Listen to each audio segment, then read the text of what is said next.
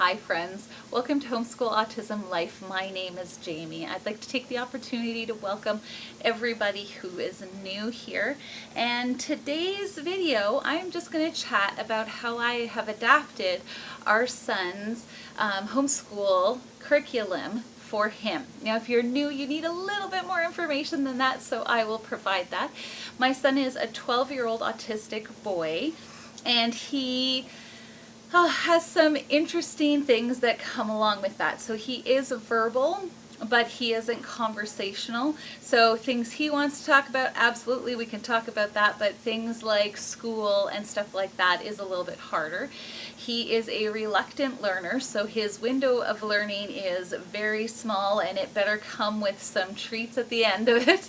And he is also has sensory issues with holding a pencil.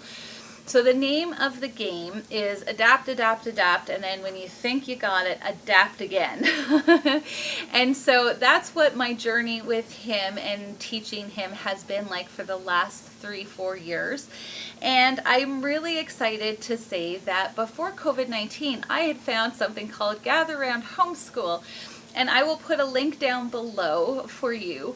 But I had found, because his window for learning was so narrow, that I was really getting to the point where I was just doing math and language arts. And for him, it was just busy work because it had no context. It had nothing that he was really interested in. Who cares about prepositions, mommy? And who cares about verbs and subjects? And I don't care. And so it was getting to a point where we were butting heads an awful lot.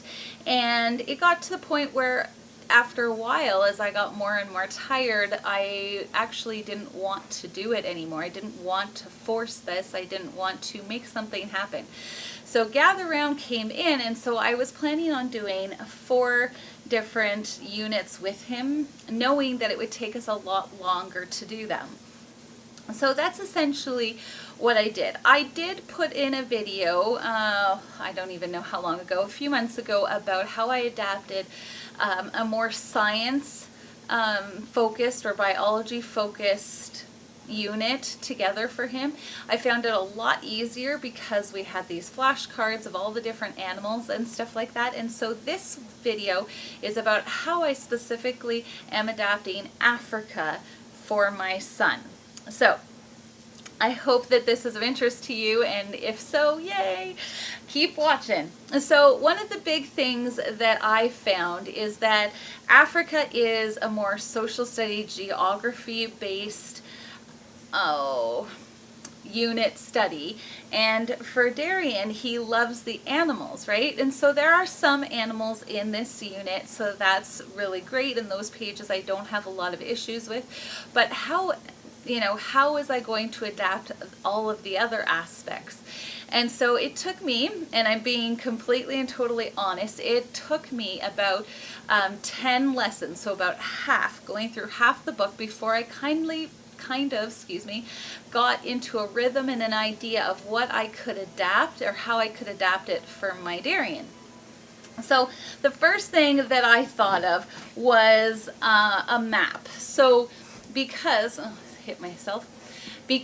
Africa is so big and they have so many different countries, they can't go through all of it. So she picked and chose. Yep. What, buddy? Okay, when Daddy calls, I'll call you. These are the areas that they don't have. And then I took the pages in the back that had the flags with the titles and I just glued them on, and then laminated them, and then they go as puzzle pieces, and we'll just tack them as we go through, and then they fit in exactly this thing. So it was a way of me going, okay, my son is just starting to enjoy puzzles. How do I turn the map of Africa into a puzzle so that he enjoys this particular activity? Now, this is all just prep work. But the other thing I noticed about Africa as I went through is they talk about having a diorama. Now, Darrion isn't into a lot of arts and crafts, but he does like and enjoy stickers. So that's kind of how I'm going to use this, is I'm going to have him make out of sandpaper or something, just a desert. And then in here is all of the, if I can get it open for you, is all of the different animals that she had. And so then he'll color them and then we'll glue them on. So throughout all of the different units, she will mention an animal. Sorry, dropped a ruler. She mentioned a whole bunch of different animals, and it just kind of sporadically pops up. And so now I have a place for that, and it's ready to go, and I just have to go to the envelope, find the animal that we need, and off we go. So the next thing that I decided to do was I went through each and every last unit, or lesson, excuse me, and I started by going, okay, which pages are we absolutely going to do? And so there was ones I found that I didn't keep were a lot of the social studies. So part of my reasoning behind that is that there are usually a page long of just reading and then discussion points. And for Darrion, there isn't a lot of ability for discussions. So I haven't really spent a lot of time going, okay, let's talk about this people group and how they're treated fairly or unfairly. Let's read about all of the cooking. Let's do that sort of thing. And so I went through all of the pages, and then some of those ones that I gave up, I felt okay doing that because our read alouds that we do in the morning with Darrion and the girls, I feel covered some of that. So when we're reading our read aloud about David Livingstone or A Long Walk to Water, those ones kind of covered some of those major aspects that I really wanted him to hear and understand, but then he also hears and understands me and the girls as we are talking about it and as we are discussing the fairness or the rightness or, you know, those types of discussions about how our lives are so blessed in comparison, and all of that kind of stuff is discussed in our morning thing. So I didn't feel that some of it I was going to really push in here. But I just wrote, 2 days worth, and then I said, add the desert, the diorama, any of those kind of the flags that for the map that I showed you, that sort of thing. And then just like I did in the Ocean Studies unit, anything that had like a fill in the blank thing, I just photocopy those pages, cut out the fill in the blank, and then let him glue those on because he finds that a lot easier. So then the other thing that I did is if there is, and let's see if I can just pull one of these out. If there was an animal, say, like the hedgehog here, I printed out my teacher's guide page just on the animal, and then I can choose what I read and what I don't. And then again, he can fill in these with the computer, typing it, And then these pages for the artwork, I actually decided that I was going to incorporate them into his journal. So I've already glued the pages in. Anything that he wants to write about or use stickers for or whatever, he can. But then that drawing will go down here with stickers or whatever. And that's the way that I've decided to really keep it all together and straightforward. Now, where did I get the stickers or the pages from?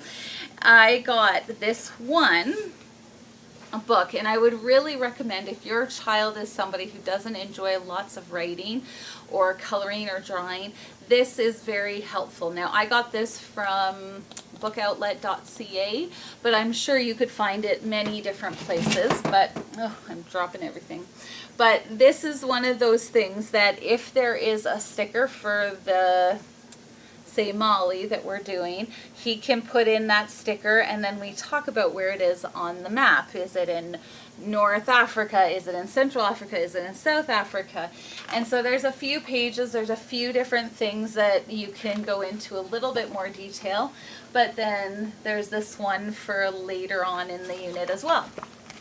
And the last thing that I did is I didn't find I like the I like sticker books because they're very much picture oriented, but I did find one that was a National Geographic.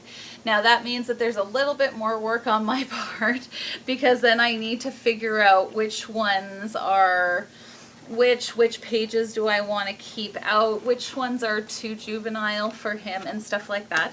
But they come with tons and tons of different stickers, and so I really, on the ones that are animal driven, I'll just pull this out, and these are the stickers that he'll use either with a page I pull out from here, or he'll do it in his journal that I showed earlier. So that's essentially how I've chosen to kind of adapt a geography one for my autistic son. If you have any questions, or you're like, well, where did you get that, or whatever, the sticker book, the one with all these stickers, I also got from bookoutlet.ca. And yeah, I'm about halfway through organizing his pages, but like I said, you know, you're just having to go, like, realistically, what can I expect him to do? And most of the units, I think there's only one where we would only take 1 day to do it, but most of the lessons, excuse me, I keep saying units, most of the lessons would take us approximately 2 to 3 days to do, because he's usually 1 to 2 pages, or 3, yeah, my brain, 2 to 3 pages per day, and then we're done. And if there's something simple and quick like our map, then I don't count that as a page, but I count this as artwork. So that's a page. So all of those things, you know, you kind of, you know your kids best, and you know how to adapt it to make it perfect for them. So one last thing. The other thing I did was I took the other flags that were references for when you were drawing the flag, and I took them and laminated them, and then I also just made my own, essentially it's a matching game. So what I wanted him to be able to do as we built on each of the lessons, that he would be able to go, oh, okay, this is the flag and it goes with Ethiopia. Again, because saying things with his words from here to his mouth is difficult for him, but matching, you betcha he can do that, no problem. And so all of these are laminated and ready to go, and my girls can play the game as well. And so that was the other thing that I did for him, just to be able to say, okay, some of this is getting through and sticking, and yeah, that is how I have adapted my curriculum for Gather Round Homeschool Africa unit for my autistic son. I hope this has been helpful. Again, if you have any questions, let me know down below, and thank you for watching and spending time with me today. Take care. Bye.